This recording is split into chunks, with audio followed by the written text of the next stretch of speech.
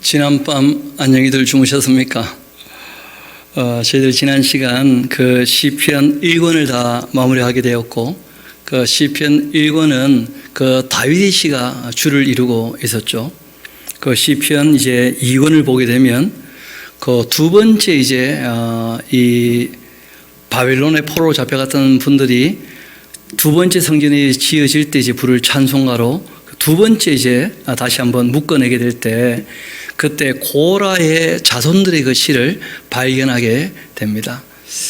그 고라 자손들의 그 시라고 할 때, 고라라는 분 혹시 기억날지 모르겠습니다. 그 민수기를 보면 그 모세와 아론에게 덤벼들었던 고라와 다단과 아비람과 온 하는 사람도 있어요. 그중 이제 이 레위 지파 고라라고 하는 사람이 아주 교만하다가 죽음을 당하게 되죠. 땅이 갈라져서. 그때 이제 그 후손들이 살아남게 되었을 때 하나님 참 경외하게 되어지고 정말 조심스럽게 인생을 살았던 모양입니다. 그런데 이제 그들도 바벨론에 잡혀오게 된 거예요. 여러분, 그래서 우리가 시라고 할 때 이런 걸 좀 생각해 봐야 됩니다. 노래인데 그 노래라고 하는 것은 그 정황이 똑같지는 않아요. 그렇지만 정서가 비슷한 경우가 있습니다. 그럴 때는 이제 어떤 일이 벌어지느냐 하면 개사라 그래요, 개사. 그래서 그 예전에 있었던 일을 지금 자기 정황에 비추어 가지고 그 흐름은 똑같은 정서인데 그 가사말은 조금 바꾸는 거죠. 좀 더 직접적일 수 있게.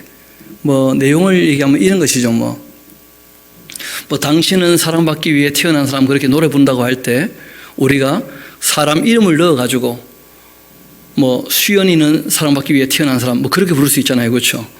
아주 직접적으로 언급을 하게 되는 그런 개사들이 가끔 있을 수 있다는 거예요. 정서는 크게 다르지 않지만. 그래서 이 바벨론의 포로로 잡혀갔을 때 다윗 왕이 그 고난당했던 그 시절의 이야기들이 굉장히 그들에게도 그 의미가 있게 와닿았던 겁니다.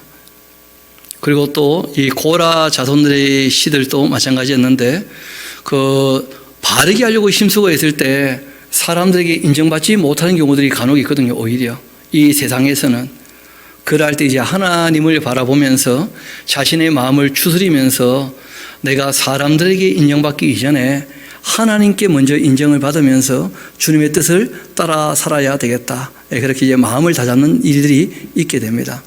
고라 자손의 그 시들 중에 그런 시들이 꽤 있는 것이죠. 우리 먼저 그 42편 그 1절부터 한번 봅시다. 고라 자손의 그 마스길 돼 있죠. 그렇죠? 마스길 하는 말은 그 샤칼, 그 지혜롭다, 명철하다, 분별력이 있다, 뭐 그런 정도의 의미를 갖고 있습니다. 교훈시 또는 지혜시 이럴 수가 있는 것이죠. 그 힘들고 어려울 때 자기 마음을 추스릴 때 그 근거가 무엇이냐는 거예요. 거기에 대한 신앙의 지혜를 주는 그런 신앙 지혜 시입니다. 그리고 고라 자손은 또 레위 지파 사람이기도 하기 때문에 그 시온, 그 예루살렘을 바라보면서 그 노래를 또 부르기도 하니까 시온시라 그렇게 이제 우리가 부르기도 하죠. 우리 1절부터 한번 봅시다. 하나님이여, 그 사슴이 시냇물을 찾기에 갈급한 같이 나의 영혼이 주님을 찾기에 갈급합니다. 그러니까 목이 마르면 갈급하다는 얘기하지 않습니까? 그런 것처럼 나의 영혼이 그 하나님 찾기에 아주 갈급하다는 거예요. 이때 나의 영혼은 네피시 하는 말일 텐데, 영혼이기도 하고 또 생명이기도 하고 자기의 전 존재이기도 하고 뭐 그런 것이죠. 그래서 정말 내가 하나님을 너무 갈망하고 있습니다. 갈급하고 있습니다. 마치 목마른 사슴이 시냇물을 찾는 것처럼요. 이렇게 이제 노래를 하고 있죠. 내 영혼이 하나님 곧 살아계시는 하나님을 갈망하고 있는데, 문제는 그렇게 갈망하고 찾고 있는데 하나님 잘 안 보인다는 거예요. 내가 어느 때에 나가서 하나님의 얼굴을 배울 수 있겠는가? 그렇게 아주 갈증이 여겨져 있을 때 바로 옆에 물이 있으면 참 좋겠는데, 해가 릴 텐데, 그런데 힘들고 어려운 입장에서 하나님을 찾고 있는데 잘 안 보이는 거예요. 사람들도 뭐라고 하느냐 하면 종일 나에게 하는 말이 너의 하나님 어디 있느냐, 실제로 이제 남유다 사람들이 바벨론 잡혀갔을 때 제일 많이 들었던 말들이거든요. 너희 하나님 어디 있냐? 그런 얘기를 듣게 되거든요. 심지어는 뭐 너희 하나님이 너희를 지켜줬다면 왜 바벨론 마르두크한테 당했겠냐? 뭐 이런 식으로 너무 함부로 말을 하는 거예요. 뭐 그런 얘기를 들으니까 내 눈물이 주야로 나의 음식물이 되고 말았다. 물을 마시고 싶은데 눈물을 삼켜야 돼, 눈물을. 참, 어떻게 보면 참담한 그런 입장에 있는 것이죠. 내가 전에는 성의를 시키는 그 무리와 함께 동행하면서 기쁨과 감사의 소리를 내면서 그들을 하나님의 집 그 시온에 있는 성전으로 그렇게 인도했었는데 이제는 그 시온에 있는 성전은 무너져 버렸고 자신들은 바벨론에 잡혀와 있고 그 일은 기억으로만 남아 있고 그것을 기억할 때 마음이 오히려 너무 상하는 거죠. 여러분 그 전쟁 영화를 보면 뭐 아주 그 항상 나오는 장면이 있죠. 누군가가 고향을 그리워하면 그 사람은 꼭 죽는 거라. 왜 그렇게 되느냐 하면 그렇게 아주 상반되는 장면이 딱 나와야 그 감정이 극대화된다는 거예요. 그런 것처럼 오히려 바벨론 와서 비참할 때 그 시온산에서 성전에서 하나님 예배하던 광경을 떠올리게 되어지면 감정적으로 확실히 극명한 대비가 있게 되는 것이죠. 뭐 신이가 또 그럴 수도 있는 것인데 그렇게 내가 이를 기억하면서 내 마음이 상하도다. 그때 이분이 어떻게 하느냐? 내 영혼아 너가 어찌하여 낙심하고 있냐? 어찌하여 나의 속에서 불안해하고 있는가? 너는 하나님께 소망을 두어라.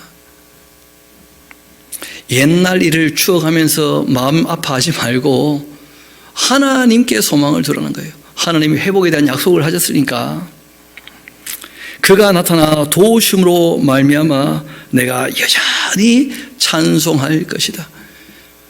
힘들고 어려울 때도 뭐 할 겁니까? 찬송할 것이고 도와주셔도 찬송할 것이고 그 여전히란 말이 이게 보통 표현이 아닌 거예요.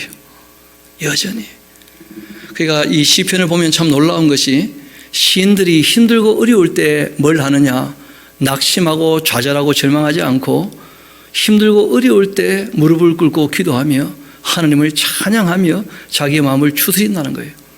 그래서 우리가 기독교는 기도교로 하는 게 기도교. 여러분, 이 기독교는 기도가 빠지면 아무것도 아닙니다. 모든 게 기도가 돼야 돼요. 쉬지 않고 기도하는 종교가 기독교예요. 그리고 정말 하나님을 바라보게 되면 그러면 찬양케 되는 것이죠. 그렇게 이제 이 고라 자손은 자신을 추스리게 됩니다. 내 하나님이여, 내 영혼이 내 속에서 아주 낙심이 됩니다. 낙심이. 그래서 내가 요단 땅과 헤르몬과 미살산에서 주님을 추억합니다.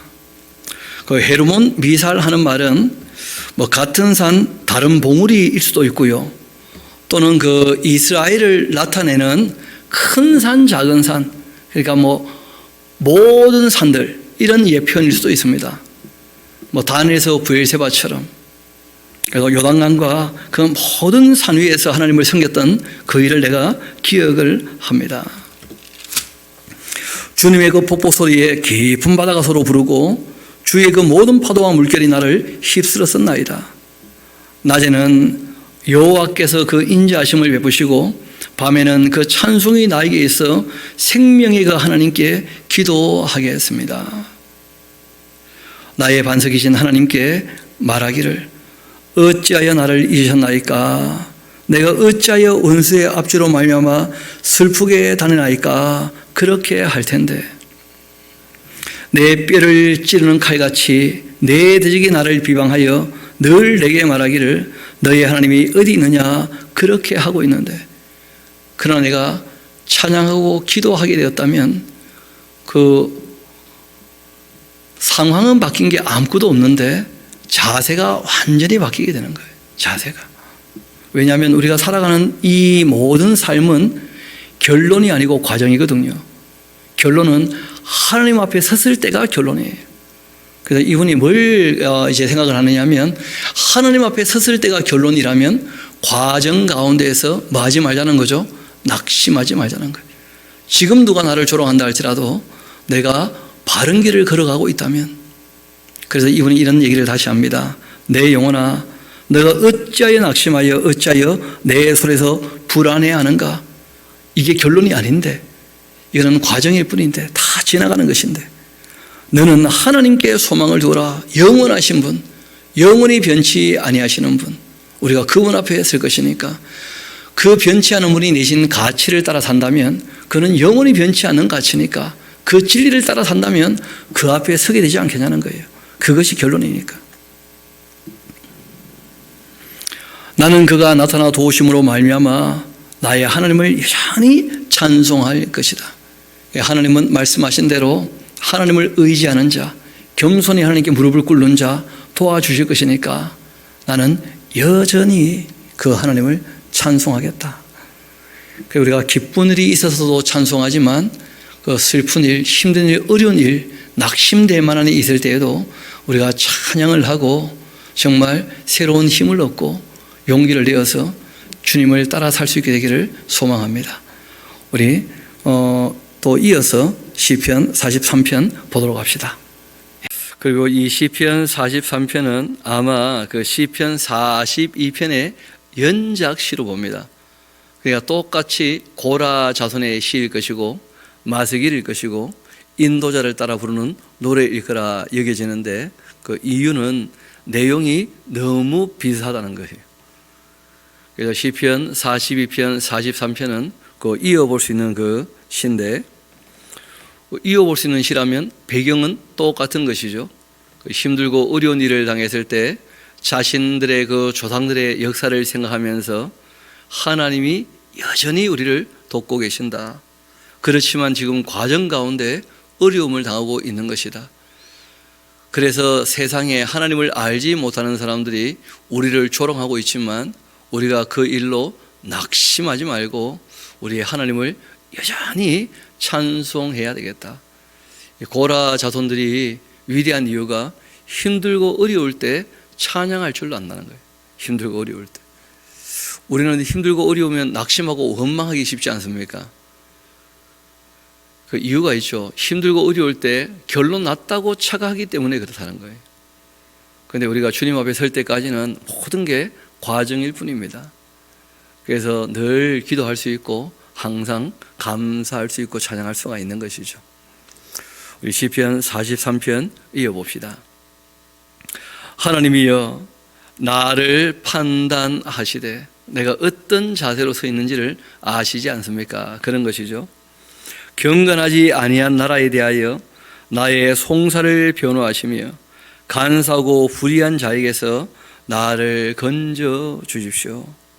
적어도 바벨론에 잡혀간 사람들 중에 꽤 많은 사람은 개선의 여지가 있는 사람이었고 하나님의 징계로 말미암아 회개한 사람들이 꽤 있거든요.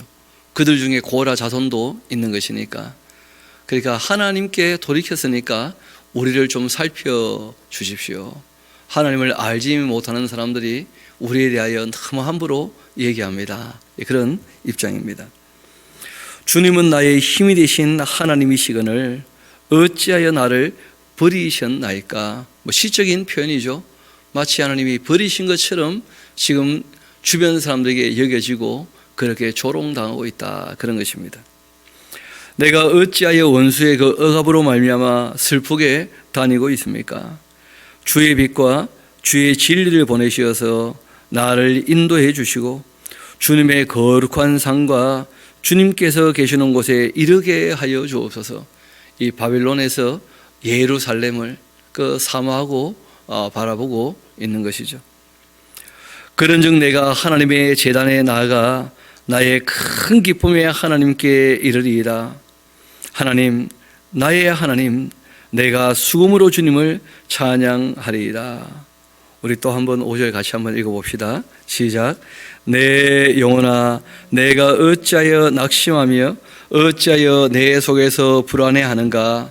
너는 하나님께 소망을 두어라. 그가 나타나 도우심으로 말미암아서 내 하나님을 여전히 찬송하리로다. 아멘. 하나님께 버림받은 것처럼 주변 사람들이 여겨지며 참 낙심되고 조롱당하고 있을 그때에도 다시 마음을 추스리며 여전히 하나님을 찬양하겠다. 그렇게 이제 마음을 다잡는 그 시인의 모습을 볼 수 있습니다. 그 시편 44편도 고라 자손의 그 마석이 그렇게 되어 있죠. 인노자를 따라 부르는 노래. 그 전부 이제 어떤 시들이냐면 바벨론 포로기에 그 레위인들이 어떻게 보면 결단하고 결심하는 거예요. 특별히 고라 자손들은 그 정말 그 고라가 하나님께 반역해서 진멸당할 수 있었던 입장이었는데 그 은혜를 경험했거든요. 그러니까 바벨론 포로라는 것이 또 자기들 상황과 너무 비슷하죠.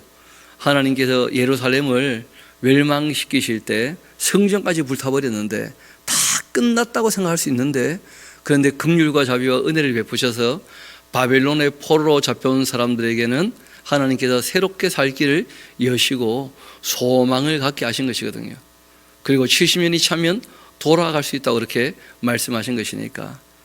그래서 이 고라 자손들이 어떻게 보면 민족적인 그 슬픔을 당한 것이죠. 바벨론에 의해서 완전히 나라가 무너진 것은 그렇게 애통하는 마음으로 슬프게 노래를 시작하지만, 그러나 역사를 회고해 보면서 우리가 슬퍼한다는 말은 죽지 않고 살아있다는 거예요. 살아있다면 하나님이 살려주신 것이죠. 그렇다면 아직 우리에게는 소망이 있다는 거예요.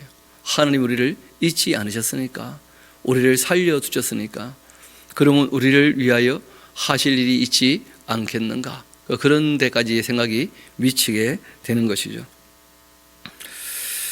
그래서 이 찬양의 내용들을 우리가 볼 수 있게 되는데, 우리 시편 44편 같이 봅시다.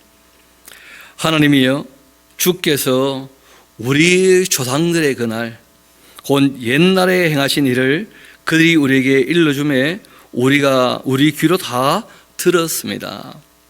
주께서 주의 손으로 묵백성을 내쫓으시고 우리 조상들을 이 땅에 뿌리박게 하시며 주께서 다른 민족들을 고달프게 하시고 우리 조상들을 번성케 하셨나이다. 그 악이 관영한 사람들 다 밀어버리시고 아브라함과 약속한 대로 그 후손에게 가나안 땅을 주셨었다. 그런 것이죠. 그들이 자기 칼로 땅을 얻어 차지함이 아니었고 그들의 그 팔이 그들을 구원함도 아니었고 오직 주님의 그 오른손과 주의 팔과 주의 얼굴의 그 빛으로 하셨으니 주께서 그들을 기뻐하신 까닭이니이다. 하나님이여, 주님은 나의 왕이시니 야곱에게 구원을 베풀어 주옵소서. 우리가 주님을 의지하여 우리 대적을 누르고 우리를 치러 일어나는 자를 주의 이름으로 밟으리이다. 나는 나의 활을 의지하지 아니할 것이라. 나의 칼이 나를 구원하지 못하리이다. 하나님이 도우셔야 된다는 거예요. 가나안 땅에서 전쟁할 때 하나님의 전쟁이었던 것처럼 오직 주께서 우리 원수들에게서 구원하시고 우리를 미워하는 자로 수치를 당하게 하셨나이다. 우리가 종일 하나님을 자랑하였나이다. 우리는 하나님의 이름을 영원히 감사하리이다. 그러나 이제는 주께서 우리를 버려 욕을 당하게 하시고 우리 군대와 함께 나가지도 아니하시나이다. 그 애굽에서 불러내시고 가나안을 차지하게 하셨는데 지금 이제 이들이 당하고 있는 일은 그 이방 나라에 짓밟히고 있는 것이고 큰 어려움을 지금 겪고 있는 것이죠. 그래서 8절까지가 이제 역사를 회고하는 것이라면 9절부터는 지금 자신들의 그 입장에 대하여 그 토로하는 그런 내용이기도 하죠. 다시 한번 9절 봅시다. 그러나 이제는 주께서 우리를 버려 욕을 당하게 하시고 우리 군대와 함께 나아가지도 아니하십니다. 주께서 우리를 대적들에게서 돌아서게 하시니 우리를 미워하는 자가 자기를 위하여 탈취하고 있습니다. 주께서 우리를 잡아먹힐 양처럼 그들에게 넘겨주시고서 여러 민족 중에서 우리를 흩어버리셨나이다. 주님께서 그렇게 주님의 백성을 헐값으로 팔아버리시고는 그들을 그 판값으로 이익을 얻지도 못하셨나이다. 하나님께서 이스라엘 백성을 제사장 나라로 부르셨는데 제사장 나라 역할을 감당하지도 못했을 뿐더러 이제 이스라엘 나라 자체가 없어져 버리니까 하나님께 유익한 것이 뭐가 있는가? 아무것도 없다는 거죠. 하나님께서 맡기신 일을 할 만한 나라가 이스라엘 나라가 유일했는데 인류 역사상. 근데 이제 그 나라가 망했으니까. 이어봅시다.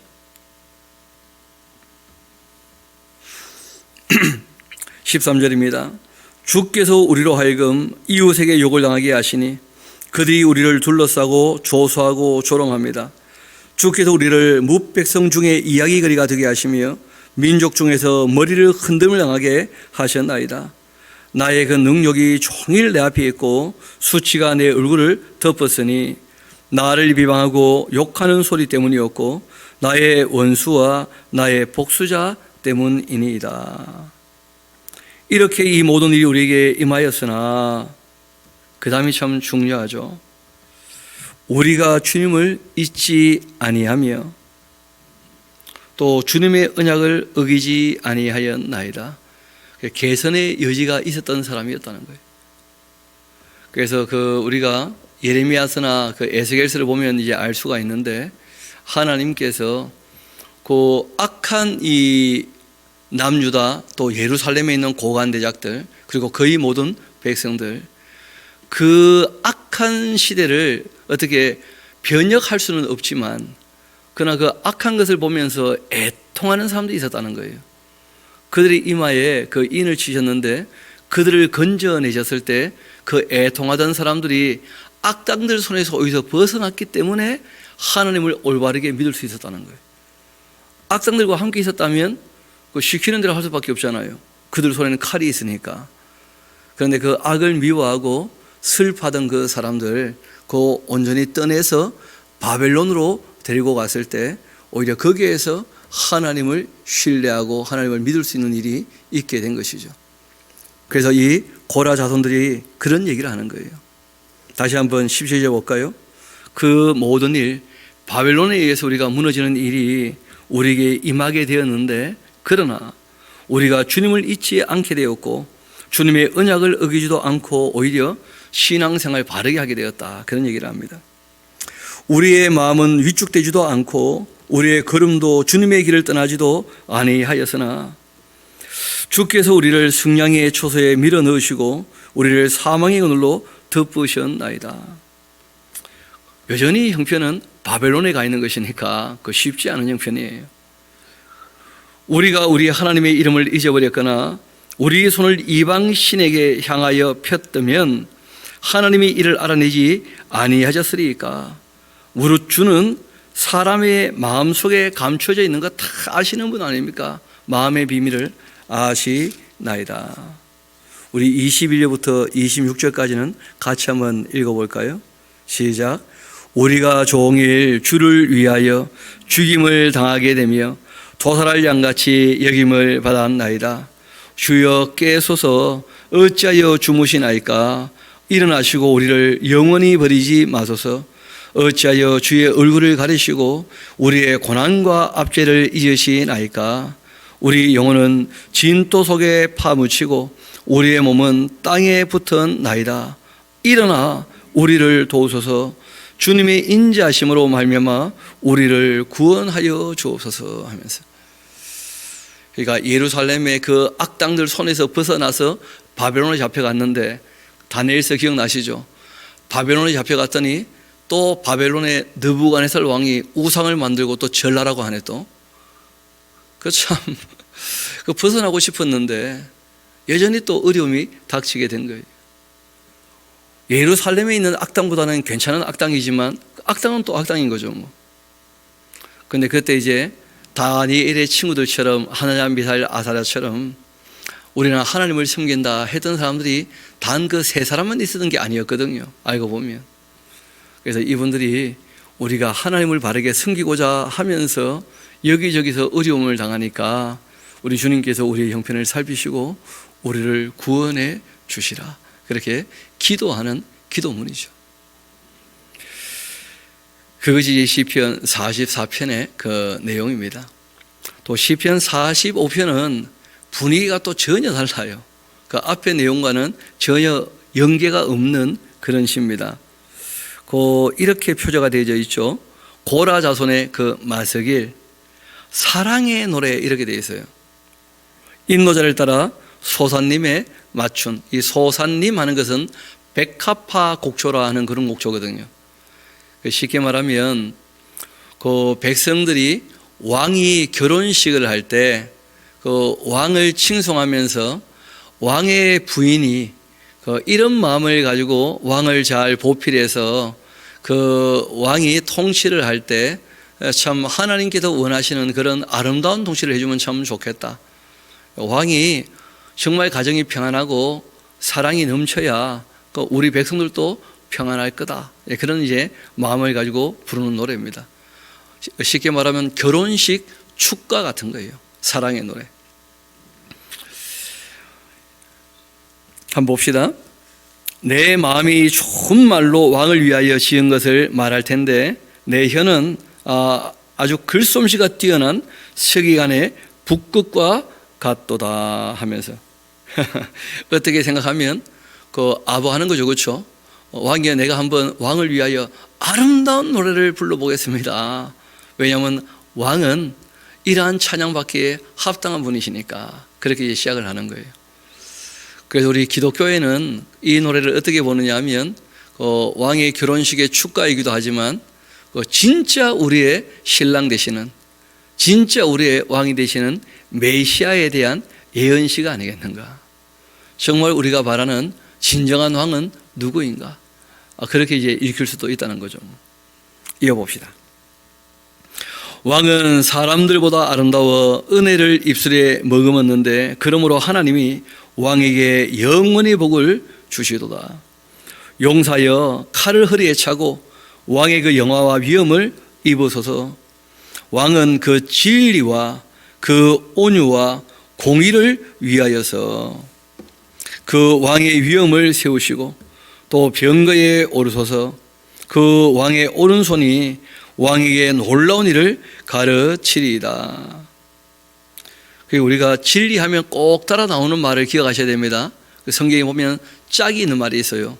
은혜와 진리, 이렇게 이제 함께 가는 말들이 꽤 있습니다. 온유할 때는 온유와 겸손, 이런 말이 꼭 이렇게 붙어서 나오는 경우들이 꽤 있죠. 또 공의하면 공의와 정의, 긍휼과 자비, 이런 게 그냥 붙어 나오는 말들이죠, 그렇죠? 그래서 우리가 꼭 그렇게 같이 기억하면 더 좋겠는데, 이어봅시다. 그렇게 왕의 오른손이 왕에게 놀라운 일을 가르치리이다. 왕의 화살은 날카로워 왕의 원수의 염통을 뚫어버리고 만민이 왕의 앞에 엎드러지는도다.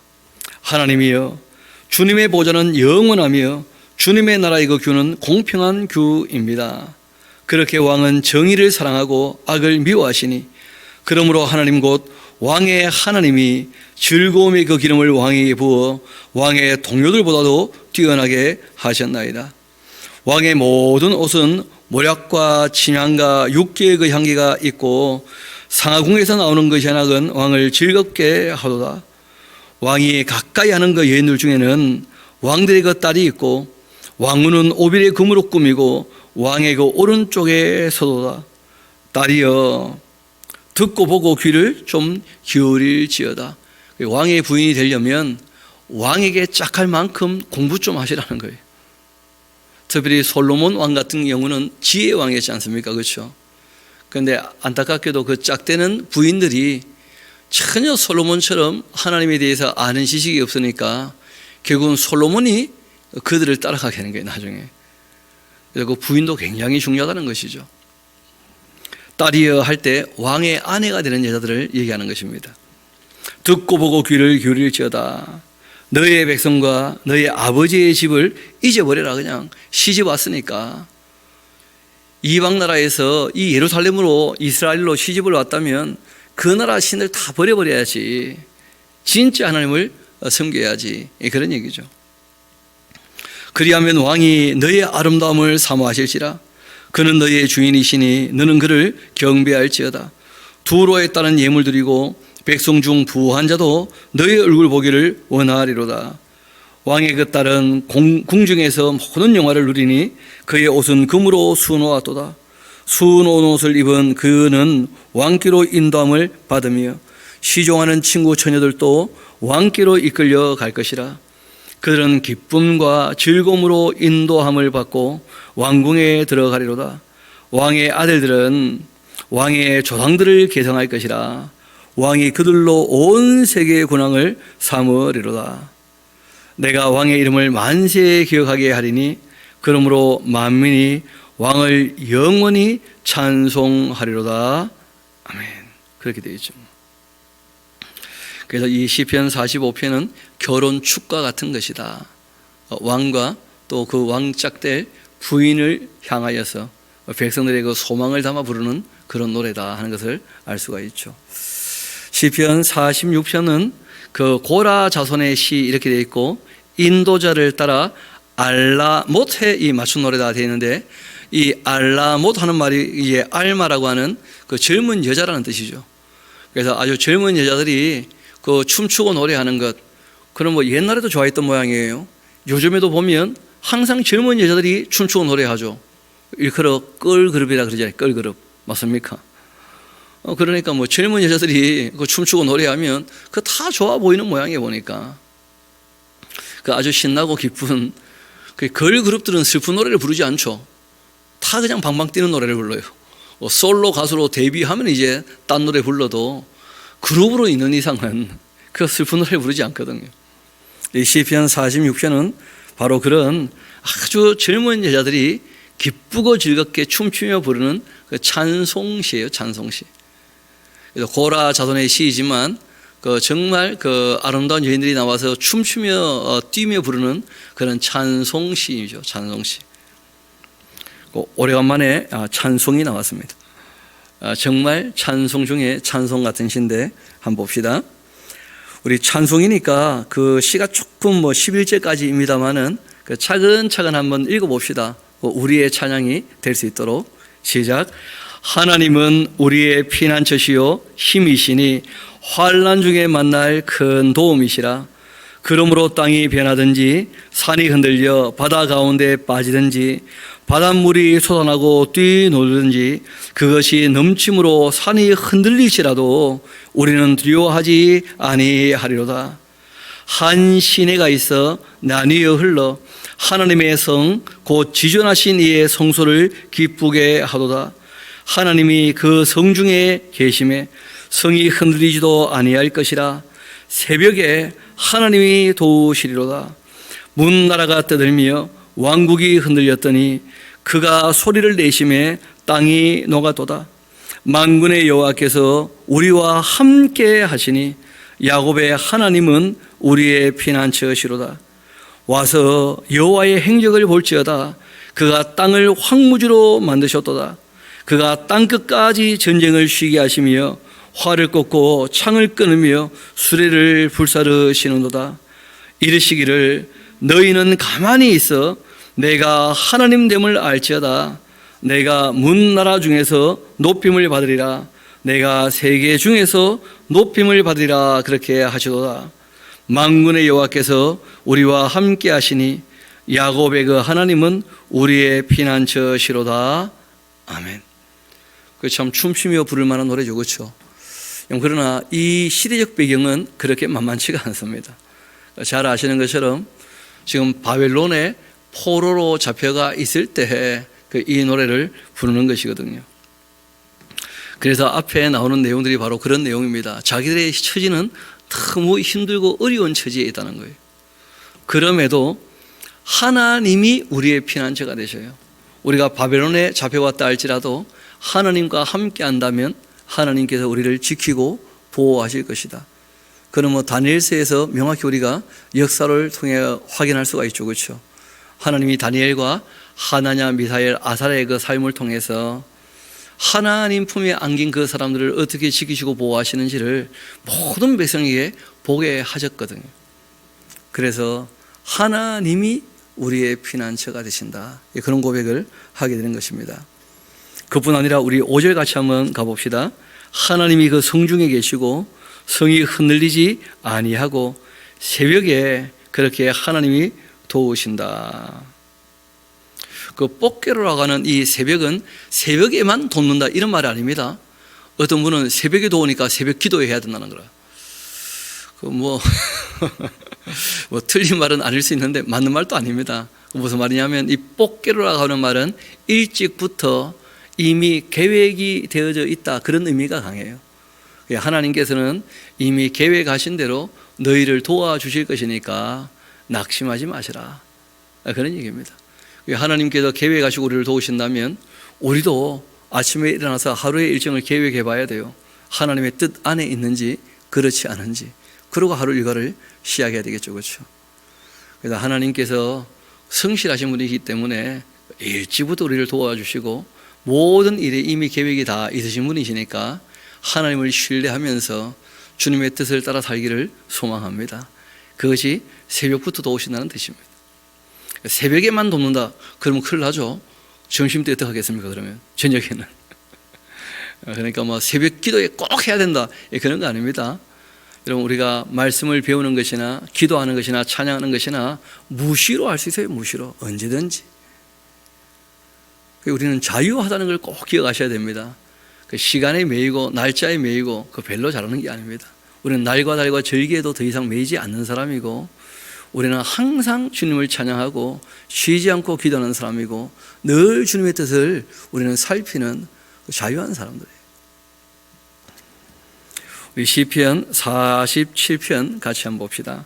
그것도 이제 고라 자손의 시고 인도자를 따라 부르게 하신 노래인데 이 시는 어떤 시냐면 지금 찬양했던 그 하나님 새벽부터 도와주시는 정말 계획을 하시고 항상 도와주시는 그 하나님께서 우리를 통치하신다 하는 신정시라 그러죠. 하나님의 통치에 대하여 노래하는 노래예요. 그래서 이 시도 그 감사 찬양이기도 합니다. 하나님께서 우리를 통치해 주시니까. 그러니까 이 시도 참 짤막한 시죠. 9절까지 있으니까 우리 하나님의 통치를 바라면서 같이 한번 읽어봅시다. 시작. 너희 만민들아 손뼉을 치고 즐거운 소리로 하나님께 외칠지어다. 지존하신 여호와는 두려우시고 온 땅에 큰 왕이 되심이로다. 여호와께서 만민을 우리에게 나라들을 우리 발 아래에 복종하게 하시며 우리를 위하여 기업을 택하시나니 곧 사랑하신 야곱의 영화로다. 하나님께서 즐거운 함성 중에 올라가시며 여호와께서 낫발 소리 중에 올라가시도다. 찬송하라 여호와를 찬송하라 찬송하라 우리의 왕을 찬송하라. 하나님은 온 땅의 왕이심이라. 지혜시로 찬송할지어다. 하나님이 뭇백성을 다스리시며 하나님이 그의 거룩한 보좌에 앉으셨도다. 문 나라의 고관들이 모이며 아브라함의 하나님의 백성이 되도다. 세상의 모든 방패는 하나님의 것이며 그는 높임을 받으시리로다. 아멘. 다시 말씀드립니다마는 이 시의 배경은 그 녹록치는 않습니다. 지금 바벨론에 잡혀와서 부르는 노래들이거든요. 대부분 다. 개사를 했다 할지라도 일단 그 시대적 배경은 바벨론에서 부른 고라 자손의 시들이에요. 잘 아시는 것처럼 다니엘서에서 명확히 이제 바벨론에 잡혀가서 배웠던 것이 있었죠. 그 중에 제일 중요한 것이 무엇이었냐면 인간 나라를 느부갓네살 왕, 바벨론 왕이 통치하는 것이 아니고 하나님께서 통치하신다는 것을 거기서 확실히 배우게 된 거예요. 그러니까 느부갓네살 왕이라 할지라도 교만하면 하나님께서 물리치십니다. 겸손하면 그에게 일을 맡기신다는 거예요. 또 꿈을 꾸고 그 해석을 다니엘이 꿈의 내용과 함께 해석을 보이면서 느부갓네살 왕이 하나님을 찬양하면서 자기가 통치하고 있는 127개 나라에 다 편지를 보내서 이스라엘의 하나님을 섬기도록 그 하나님께 예배하도록 그 하나님을 섬기는 유대인들을 괴롭히지 못하도록 마찬가지로 또 하나냐 미사엘 아사랴로 말미암아서 그 불구덩이 풀무불에서 건지신 그 하나님을 만나보고 난 다음 느부갓네살이 똑같이 또 그렇게 하죠. 또 느부갓네살 왕이 교만하게 되었다가 7년 동안 짐승처럼 살다가 다시 회복되었을 때 겸손하게 하나님을 찬양하는 느부갓네살 뿐이었겠습니까? 다리오 왕도 다 마찬가지였죠. 그래서 이분들이 바벨론에 있으면서 우리 하나님께서 만국을 통치하시는 분이시다. 오히려 그 이스라엘 나라에 있을 때는 몰랐을 수 있다는 거예요. 다윗 때 주변 나라를 관리하고 통치하기는 했지만 실제로 바벨론처럼 그렇게 막강한 국력을 갖고 있는 나라는 아니었거든요. 주변 나라와 평화롭게 지냈을 뿐이지. 그 악을 도말하는 전쟁을 수행하고 솔로몬 때 좀 평화롭게 지내긴 했지만 그러나 뒤에 나오는 제국에 비해서는 그리 큰 나라가 아니었어요. 왜냐하면 다윗과 솔로몬은 정복하는 군주가 아니었기 때문에. 원래 이스라엘은 제사장 나라로 부름을 받아가지고 이스라엘 나라를 통해서 주변 모든 나라들, 실제로는 온 세상에 하나님이 주인이시다 하는 것을 하나님께서 알리기를 원하셨는데 그게 정작 이스라엘 땅에서는 안 되고 말았거든요. 근데 오히려 바벨론에 잡혀와서 그 이스라엘 백성과 주변 나라들이 깨닫게 된 거예요. 하나님이 온 나라의 왕이 되신다. 그래서 이제 이런 신정 통치에 대한 노래를 부르게 된 것이죠. 시편 48편 고라 자손의 시 곧 노래라 그렇게 되어 있습니다. 이 시는 예루살렘 또 시온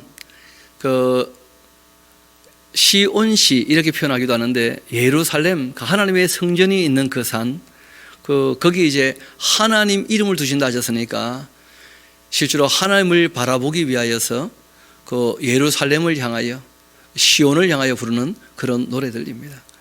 너무 사모하죠. 바벨론에 잡혀온 사람들은 다시 예루살렘으로 돌아가기를 그 성전에서 하나님을 섬기기를 너무 사모하거든요. 그래서 시편 48편은 시온시라 그리고 이제 찬양시라 그렇게 우리가 할 수 있습니다. 우리 한번 같이 봅시다. 제가 차근차근 한번 읽어드리겠습니다. 여호와는 위대하시니 우리 하나님의 성 거룩한 산에서 극진히 찬양을 받으시리로다 하면서 앞으로 받으셔야 됩니다. 왜냐하면 이제 바벨론에서 돌아가면 다시 성전을 지을 거거든요. 그걸 이제 소망하면서 부르는 노래죠. 터가 높고 아름다워서 온 세계가 즐거워하며 큰 왕의 성 그 북방에 있는 시온산이 그러하도다. 하나님이 그 여러 궁중에서 자기를 요새로 알리셨도다. 왕들이 모여 함께 지나갔으며 그들이 보고 놀라고 두려워 빨리 지나갔도다. 거기서 떨림이 그들을 사로잡으니 고통이 해산하는 그 여인의 고통 같도다. 주께서 동풍으로 다시스의 그 배를 깨뜨리시도다. 우리가 들은 대로는 만군의 여호와의 성 우리 하나님의 성에서 보았나니 하나님이 이를 영원히 경고하게 하시리로다. 참 말들이 좀 애매하죠, 그렇죠? 이미 예루살렘 성전이 1차는 한번 무너졌거든요. 그래서 그 무너진 걸 보고 다 두려워했었다는 거예요. 그렇지만 늘 하나님께서 하신 말씀이 있어요. 이스라엘 백성들의 궁극적인 회복에 대한 말씀을 하시고 이스라엘 위에 하나님께서 만왕의 왕으로 서셔서 온 세상을 통치할 것을 말씀하고 계시거든요. 그러니까 그 시온은 회복될 수밖에 없다는 거예요. 그래서 그것을 소망하고 열망하면서 이 시온 예루살렘을 향하여 그렇게 노래를 부르고 있는 것이죠. 그래서 시온에서 하나님의 통치를 다 미래로 그렇게 적고 있는 겁니다. 그래서 우리가 들었기 때문에 하나님의 예언의 말씀을 우리가 정말 듣고 믿기 때문에 우리는 그렇게 될 것이라고 확실히 노래한다 하고 이제 찬양하는 것이죠. 이어봅시다. 우리 9절부터 14절까지는 같이 한번 읽어볼까요? 시작. 하나님이여 우리가 주의 전 가운데에서 주님의 인자심을 생각하였나이다. 하나님이여 주의 이름과 같이 찬송도 땅끝까지 미쳤으며 주의 오른손에는 정의가 충만하였나이다. 주의 심판으로 말미암아 시온산은 기뻐하고 유다의 딸들은 즐거워할지어다. 너희는 시온을 돌면서 그곳을 둘러보고 그 망대들을 세워보라. 그 성벽을 자세히 보고 그의 궁전을 살펴서 후대에 전하라. 이 하나님은 영원히 우리의 하나님이시니 그가 우리를 죽을 때까지 인도하시리로다. 아멘 하면서 시온을 바라는 그런 노래를 우리가 보았습니다. 그 시편 49편도 고라 자손의 시 그렇게 되어 있고, 그 50편은 아삽의 시니까 오늘 49편까지 우리 함께 보도록 합시다. 시편 42편부터 49편까지 이 시들은 고라 자손의 시다. 처음에는 다윗의 시를 중심으로 다 해서 일권을 모았던 겁니다. 그런데 그 다음에 보니까 그 못지않은 시들이 또 있는 거예요. 그래서 그 고라 자손들이 조금 그 시를 자기 정황에 맞게 좀 다듬어서 개사를 해서 그 시들이 이제 적게 되었던 것이 이 두 번째 찬송집에 이제 모여 있게 된 것이죠. 그렇게 총 5번 모았기 때문에 시편이 5권으로 이제 이루어져 있습니다. 우리 고라 자손의 시 같이 한번 봅시다. 이 시는 어떻게 보면 지혜의 시라 그렇게 할 수 있어요. 그래서 이 신앙의 지혜죠, 그렇죠? 우리가 처한 현실에 낙심하지 말고 정말 하나님께서 하시는 일들을 인정하면서 과정이 아닌 결과를 바라보면서 정말 주님을 바르게 좀 섬길 것을 그렇게 얘기하는 시인데 같이 한번 봅시다. 무백성들아 이를 들어봐라. 세상의 그 거민들아 모두 귀를 좀 기울여라. 귀천 빈부를 다 막론하고 그 하나님 말씀을 다 들어야 된다는 거예요. 다 들을지어다. 내 입은 지혜를 말하겠고 내 마음은 명철을 작은 소리로 읊조릴 것이다. 실제로는 하나님이 주신 그 지혜와 하나님의 율례와 법도를 내가 읊조릴 테니까 다 들어보라는 거예요. 누가 읊조리면 그 앞에 있는 사람은 다 듣게 되겠죠, 그렇죠? 내가 비유에 나의 귀를 기울이고 수금으로 나의 오묘한 말을 내가 풀어보겠다. 그러니까 적어도 하나님 말씀에 대해서 무슨 말씀을 하시는지 원만하게 이해가 되고 납득이 돼야 될 겁니다. 그렇게 내가 한번 해보겠다 하고 이제 이 시를 시작을 해요. 그래서 그 시편 이 49편 5절부터는 이제 분위기가 조금 바뀌겠죠. 내가 뭘 하겠느냐, 이걸 하겠다 하고 이제 내용이 나옵니다. 죄악이 나를 따라다니며 나를 애워싸는 그 환난의 나를 내가 어찌 두려워하겠냐. 하나님께서 건지실 거니까. 자기 재물을 의지하고서 부유함을 자랑하는 자, 아무도 자기 형제를 구원하지도 못할 거다. 돈은 사람을 건질 수 있는 그러한 것이 못 된다는 거예요. 또 그를 위한 속전을 하나님께 바치지도 못할 것은 그들의 그 생명을 속량하는 값이 너무 엄청나서 영원히 마련하지도 못할 것이다. 구원은 하나님의 은혜로 되는 것이지 돈 주고 살 수 있는 게 아니라는 거예요. 구원의 근거가 사람에게 있지 않다. 이걸 명확히 하라는 거예요. 구원의 근거는 하나님께 있다는 거예요. 그는 영원히 살아서 죽음을 보지 않을 것인가? 돈 많다고 안 죽는가? 다 죽는다는 거예요. 욕심을 가지고 살지 마라. 하나님의 은혜를 바라며 살아야지. 그러나 그는 지혜 있는 자도 죽고 어리석고 무지한 자도 함께 망하며 그들의 그 재물은 남에게 남겨두고 떠나는 것을 보게 될 것이다. 그러나 그들의 속 생각에 그들의 그 집은 영원히 있고 그들의 거처는 대대에 이르리라. 그렇게 하여서 그들의 그 토지를 자기 이름으로 부르고 있구나. 참 놀랍게도 사람들이 마치 죽음을 보지 않을 것처럼 욕심만 부리다가 죽어나가는 일들을 너무 많이 봤다는 거예요. 원래 사람은 하나님의 형상으로 너무 존귀한 존재인데, 그런데 하나님의 형상인 것을 깨닫지 못하고 하나님이 주인인 것을 깨닫지 못하고 자기가 주인인 것처럼 착각을 해가지고 욕심대로 산다면 멸망하는 짐승처럼 가장 어리석은 사람이 되고 마는 것이다. 그런 것이죠. 우리 한번 12절 봅시다. 사람은 존귀한 존재인데 장구하지 못하며. 그렇죠. 하나님께서 120년 정도, 또 이 모세 때는 뭐라고 하시느냐면 인생 70이고 강건하면 80이다. 뭐 그런 것이죠.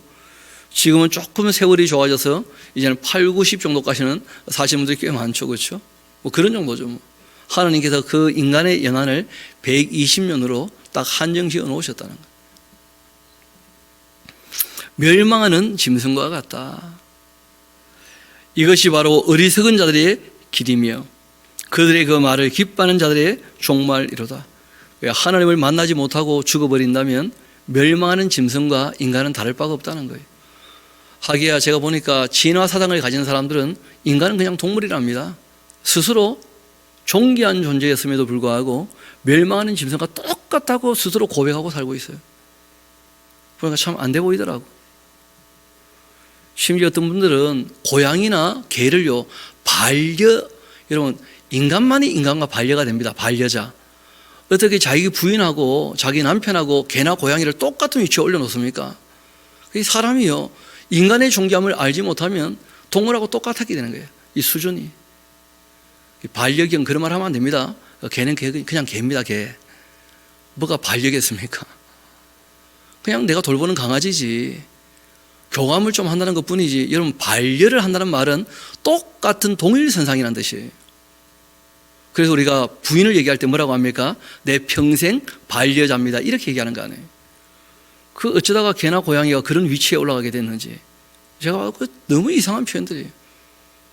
심지어는 반려뱀도 있더라고. 반려닭도 있고. 어쩌다가 사람의 자리에 그 온갖 동물들이 그렇게 서게 되었는지 참 안타까워요. 사람을 사랑해야지 그래. 사람을. 우리 동물들에게 너무 애정을 쏟는 거 아닌가.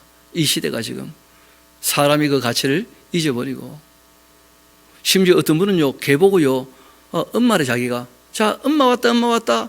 그러니까 본인이 개 엄마죠. 키우는 개들은 자기 다 그 개 새끼들이고 뭐. 그 말이 되겠습니까, 그게? 우리가 동물은 동물로 대해야 됩니다. 인간하고 같은 선상에 놓고 볼 수 없어요. 뭐 가족같이 여긴다. 그건 제가 보면 너무 지나친 거예요. 성경은 얘기합니다. 사람이 자기가 얼마나 존귀한 줄을 깨닫지 못하면 멸망하는 짐승과 똑같다는 거예요. 이 사람은 하나님의 형상이고 동물들은 그렇지 않습니다. 그래서 명확한 이 차별이 있는 것이니까 거기에 대하여 우리가 착각하지 않도록 조금 생각을 해봐야 될 것입니다. 이어봅시다. 13절, 이것이 바로 어리석은 자들의 길이며 그들의 그 말을 기뻐하는 자들의 종말이로다. 그들은 양같이 수월에 두기로 작정되었으니까 사망이 그들의 그 목자일 것이다. 이게 이제 멸망하는 사람들, 어리석은 사람들이 가는 길이죠. 반면 정직한 자들이 아침에 그들을 다스릴 텐데 그들의 그 아름다움은 소멸하고 수월이 그들의 거처가 될 것이다. 그러나 하나님은 나를 영접해 주실 것이다. 뭐 지혜로워도 어리석어도 다 죽고 말겠지만 그러나 이 땅에서 경건하게 사는 사람은 죽음 이후에도 하나님께서 그를 어떻게 하실 거라는 거예요? 영접해 주실 것이다. 왜냐하면 구원의 근거는 하나님께 있는 것이니까. 이러므로 내 영혼을 수월의 권세에서 건져내시리로다. 사람이 치부하여서 그의 그 지배의 영광이 더할 때에 너는 두려워하지 마라. 권력 있고 잘 사는 사람들 부러워하거나 두려워하거나 그렇게 할 필요 없다. 그가 죽음에 가져가는 것 아무것도 없어요. 누구나 알죠. 빈손으로 왔다가 아무리 쌓아둬도 빈손으로 갑니다. 그 영광이 그를 따라 내려가지도 못함이로다. 이 땅에서 영광을 누렸다고 그걸 가져가느냐. 근데 놀랍게도 옛날 사람들 다 그렇게 생각했거든요. 그러니까 부자나 왕들은요, 무덤을요 너무 대단하게 꾸몄어. 거기다가 또 얼마나 많이 쌓아두는지 뭐. 왜냐하면 저 세상에서도 잘 살겠다고. 심지어는 순장이라 그래가지고 자기를 섬기던 사람들까지 함께 묻어 죽여버려. 그냥 평생 섬기라고, 그냥 영원히 섬기라고. 진짜 나쁜 놈들이죠. 하나님께서 그런 사람들 너무 어리석은 사람이라는 거예요. 오히려 애꿎은 사람을 죽였던 그 책임까지 다 하나님께서 물어보시면서 진짜 지옥의 나락에 떨어지게 될 겁니다. 그 악당들은. 이어봅시다. 그가 죽음에 가져가는 것 없고 그 영광이 그를 따라 내려가지도 못할 것이다. 그가 비록 생시에는 자기를 축하하며 스스로 좋게 함으로써 사람들에게 칭찬을 받았다 할지라도 그들은 그들의 그 역대 조상들에게로 돌아갈 테니까 영원히 빛을 보지 못하리로다. 그 솔로몬의 전도서를 아주 압축해서 그렇게 기록해 놓은 것처럼 보이지 않습니까? 그래서 우리가 지혜시라 그렇게 얘기하는 것이죠. 우리 다시 한번 20절은 같이 한번 읽어봅시다. 시작. 존귀하나 깨닫지 못하는 사람은 멸망하는 짐승 같도다. 아멘. 사람이 얼마나 존귀한 존재지를 다시 한번 염두에 두시고 오늘 또 하나님의 형상인 사람들을 만날 때 하나님의 형상이니까 하나님이 사랑하는 마음으로 사람들을 사랑하면서 오늘 아침에 잘 계획을 세워가지고 대충 생각해 보면 오늘 누구를 만날지 알만하지 않습니까? 그렇죠? 그럼 그 사람들을 만날 때 내가 어떻게 말을 하고 행동할 것인가 대략적으로도 우리가 그림을 좀 그려놓고 주님의 뜻을 따르게 되기를 소망합니다. 기도합시다.